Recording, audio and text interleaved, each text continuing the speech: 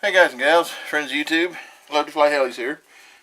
This is just a little quick video on some measurements on a field starter box that I built sometime last year.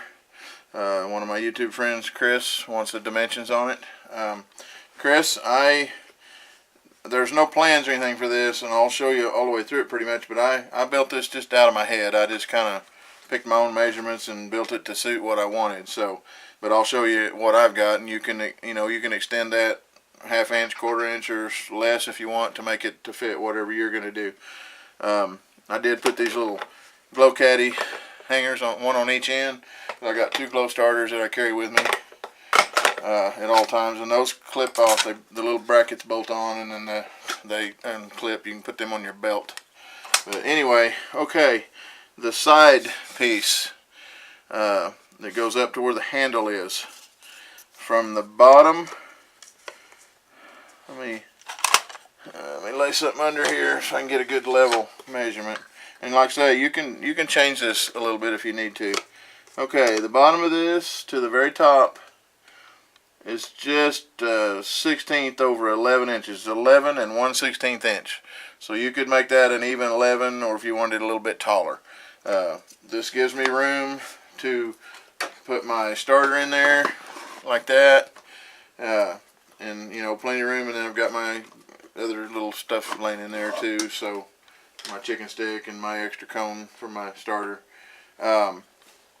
This is the Sullivan Dynotron. This is a $100 starter, but I had to have it for my helicopters. My T-Rex 700s on a regular 12-volt field battery, which is 7 amp hour, wouldn't crank it over. So I had to go put the 22.2 volts in there to do that. And this thing, and it'll also start a 50cc plane. So anyway, that's why I did that. Now, okay, like I said, the end is 11 inches and 1/16.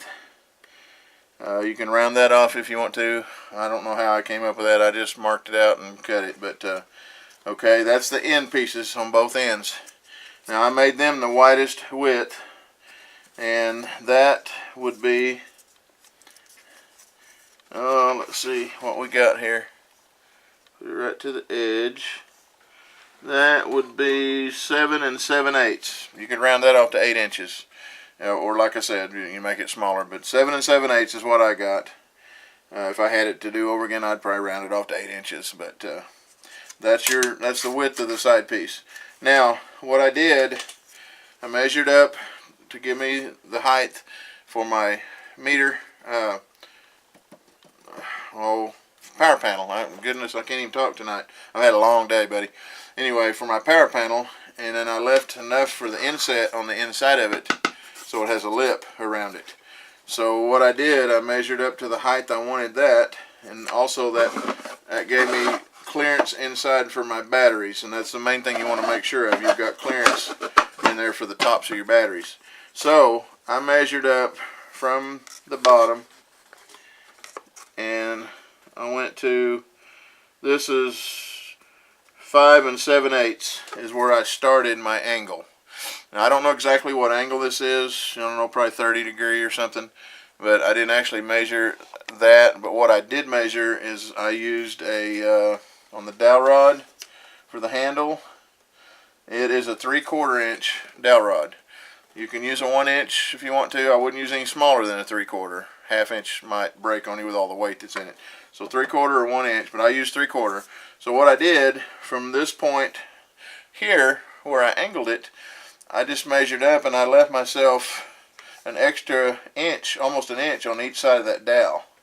So at the very top, it's 2 inches is what I did at the top, and then that leaves plenty of space on either side of your dowel. Now, when I drill these holes, you can drill these with a 3/4 inch wood bit, but you got to be real careful and really lay it on a good solid 2x4 or something to drill it. But the best way to drill these without splintering the wood on the other side is to use a Forstner bit. I don't know, I don't have one here. I took it up to Ken's to do this, but a Forstner bit will drill through wood and it doesn't splinter the back like a wood bit does. So if you have access to one of them, fine. If not, a wood bit will work, but just be gentle when you go through, because it can splinter the back side of your piece of wood. Okay, so that's your end pieces. You got the width at the bottom, you got the height, and then you got the width at the top here, and it's 2 inches across there. Let me get my ruler. I was on millimeters. Alright, 2 inches across the top. And then I just drop down, looks like to the center of the hole, I drop down to 3/4 inches. And with a 3/4 inch dowel rod, that left me 1/4 of an inch. Here's the top of the dowel rod where the base of the ruler is. Well, actually, that left 3/8 of an inch of wood above that, because you want that good and solid. So that can all be varied slightly if you need to. Now, on the side pieces, don't know if you can see it on here, but I mounted these to the inside of the I guess this would be the front and back, but I mounted these on the inside of the side pieces. So the width of these pieces is, and let me back up here, let me measure that for you. The width of these is 7 inches across, and that's at top and bottom. Now the height of this is, let me get on my level deal here. The height of it looks like about 5 7/8. You could go 6 inches on that. Like I said, I just laid my ruler on and made some marks and cut it out. I was kind of in a hurry, but anyway, 5 7/8 is what I got. I just go to 6 inches. And then that will leave you clearance in here for the tops of your batteries, and then this leaves a inset, a little tray for you to haul stuff around that don't fall out. Now, on this piece here, the lid, after you get this together, then I just measured the inside. Let me get it here. I got my ruler upside down now, but I just measured the inside, which is 7 inches, but I went just a hair under 7 inches. Actually, I cut it to 7. I sanded the edges of this. I wanted it to fit tight, but I wanted it to be able to come out real easy too. So, and then on the bottom of this, I glued a piece of popsicle stick on the base. This is just a little piece of camouflage nylon strap. Glued another piece on top of that to sandwich it. Cut out a little bitty groove right here for it to lay in. And then when you slide that in there, snap it down, then you've got a little handle here to pull that out with to get to your batteries. Okay? Now, what I did to put this together is I used little tiny finishing nails. And there again, I don't know if you're going to be able to see. Let me see if I can get up here. Yeah, they're very small. See those little finishing? Where am I at? Okay, let me find my... I got it zoomed in too much. Hang on. Right there. Okay. I don't know if you can see that little dot, the little head of that, but it's a little tiny. I don't know the size, but they're about the size of a pencil lead, maybe slightly smaller, and they're about 3/4 of an inch long, ½ inch long. Now be careful driving those in so you don't split this other piece. Get them real straight. Now, what I did is I put these pieces together with epoxy. You can use wood glue. I used epoxy to put in the seams, and then I tacked it with those little finishing nails. I put the two sides in, got that in place, and then I rolled it over here. And the bottom piece, hey, I built this December 14, 2012. It's older than I thought. Alright, the bottom piece is, let me get my ruler here where I can see. Here's my 1 inch. It's the inside of, it goes inside of the main frame of it. It is 7 inches. If it's a little tight, sand it just a little bit. But 7 inches this way, and at the side to side, and front to back is just under 7.5. So 7 and 1, 2, 3, 4, 5, 6, 7/16. Right at that. Actually, let me get that ruler a little tighter here. Okay. Oh, it's actually 7.5, and this was 7. So front to back, it's 7 inches or 7.5 inches. Side to side was 7 inches, only ½ inch difference. It's almost square. And then after I got those side pieces, I put this base in here, and I did the same thing. I glued it with epoxy, and then I tacked it all around the edges with the little finishing nails. Now, you won't be able to see down into the bottom. I don't know where my other phone went. But what I did in the very bottom, you can probably see this. See the square stock? This is 3/8, no, 1/4 inch. That's 1/4 inch square stock. Well, in the very bottom of it, I put this 1/4 inch square stock all around the base and glued it in with epoxy. And I put it all the way around, just like this is here. You can see it lips all the way around this. And I did that in the very bottom of it, okay? Then I measured up so far, however high you want it, and I put another piece, but I didn't cut it the same as the bottom. I left an inch space over here to clear my power panel that sticks in. So I left about an inch open there, and got room so it doesn't hit anything. So you just have to kind of, guesstimate what you need on that. Okay, and then what I did, where that lays, however high you want it, let me see if you can see again, right down there, there's another piece of 1/4 inch square stock along both sides and then the back. And I glued that down with epoxy. And then what I did before I glued it is I cut a hole to fit my battery, my 12-volt battery. Now, this is a 4.5 amp hour battery. It's a small one. It will crank over 40 to 60 size plane pretty good, but other than that, you're going to need something bigger. There is room, or you could make this slightly wider, but I think there's room anyway to put a 7 amp hour field box battery, which is longer, but I believe it would still have room. You cut your hole out in that to set your battery in to hold it into place. And then what I did, and that's my 12-volt side that runs my 12-volt panel.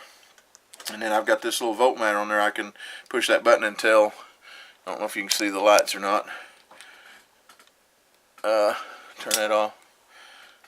There you go. And that tells me where my battery's at, and I always check it before I go to the field. Anyway, that's my 12-volt system. This thing's filthy. My goodness, it's got fuel on it and everything else. I need to clean it once in a while. Okay, now inside here for the 22.2 volt, what I did is I am running two 11.1 3 cells, 2450, and it's a 30C, which is the discharge rate. 2450 each milliamp hour, but they're 11.1 volts. So when you hook two of them together, then it makes it 22.2. Now you hook them in. Let's see, how's that hooked? What do they call that? Parallel? Yeah, parallel, I believe. Series would be, it would still be 11.1. So you can get this Y harness for most of your hobby shops. It's got a Dean's. It's got two female on one end, or two males on one end and a female on the other end, and that's what I spliced my two batteries together. So I can take those out and unhook them and charge those. And I don't have to charge them very often, but anyway, those two lipos is what I charge, or I use for my 22.2 volt, and it cranks over a heli just fine. And then you got room for your wires to be stuffed under the lid. Now I just put some foam on top of these batteries right there, and then the lid kind of holds that down, keeps them from rattling around. Your wiring on your 12 volt, I just wired in from the power panel. I put the little flat connectors, I'm not sure what you call those, but I put those little flat connectors where they plug into the little flat deals on the battery, and that runs my 12 volt system. So and this will run a pump, or glow starters, everything off of this, and then there's your setting for that. But anyway, it works really well. Let me show you one more thing I did. I went to Radio Shack and I bought these female for banana plugs, and I mounted them. I drilled holes, and I put round fittings on a Dean's male, and I mounted them to the inside of the box to ground and positive. And I like to do it this way because if this gets up against something, it's not going to short your batteries. My friend Ken, he builds these too, just like this, and they work great. The only thing is, he doesn't use these. He just puts a bolt out here with a wing nut on it, and he puts them like this. That's all fine and good unless this box gets up against something metal and it shorts them out. You're going to have a blow up of your LiPo battery. So I would rather use the plastic deals with banana plugs myself. That's personal. But he's never had any problem. He's never got them against anything and shorted them out. But they are out here in the open where if they get touched by something metal and they arc across there, you're going to have a problem. So personally, I would recommend these right here and use the banana plugs on the end of your starter or whatever. But this 22.2 volt will kick over a 91 size heli engine just in a heartbeat, and it'll start a 50cc airplane. So it's a great little box. I hope I got all the measurements for you. This little panel here, all that is just a little piece of plywood that I covered, and I put stickers on it with the voltage so somebody wouldn't pick it up and borrow it at the field and plug their 12 volt starter into this. Now this Dynatron will run off a 12 volt or 24 volt. 12 volt, it'll crank over 40, 60, even 70 size planes, but it will not start my helicopters. They're too big, too strong on the compression, so I have to put it into the 22.2. So, and your larger airplanes, 30, 50 cc, it'll start them. But anyway, Chris, I hope that helped you out. If you need more information, I think I covered all the measurements, and I think maybe, I don't know about where the lid is, but I just made sure I had plenty of room for the wires not to be squished, and I put a piece of the 1/4 inch square stock all the way around this thing for the lid to set on. And then that just slides in there, fits down just like that. And I can put my starter in there, my chicken stick, my extra cone, because different nose cones, I have to change that out. But anyway, buddy, it's real simple to build. Some small finishing nails, some epoxy, or you can use wood glue, either one. 3/4 inch dowel rod, cut to length, and you can sand the ends of it once you get in there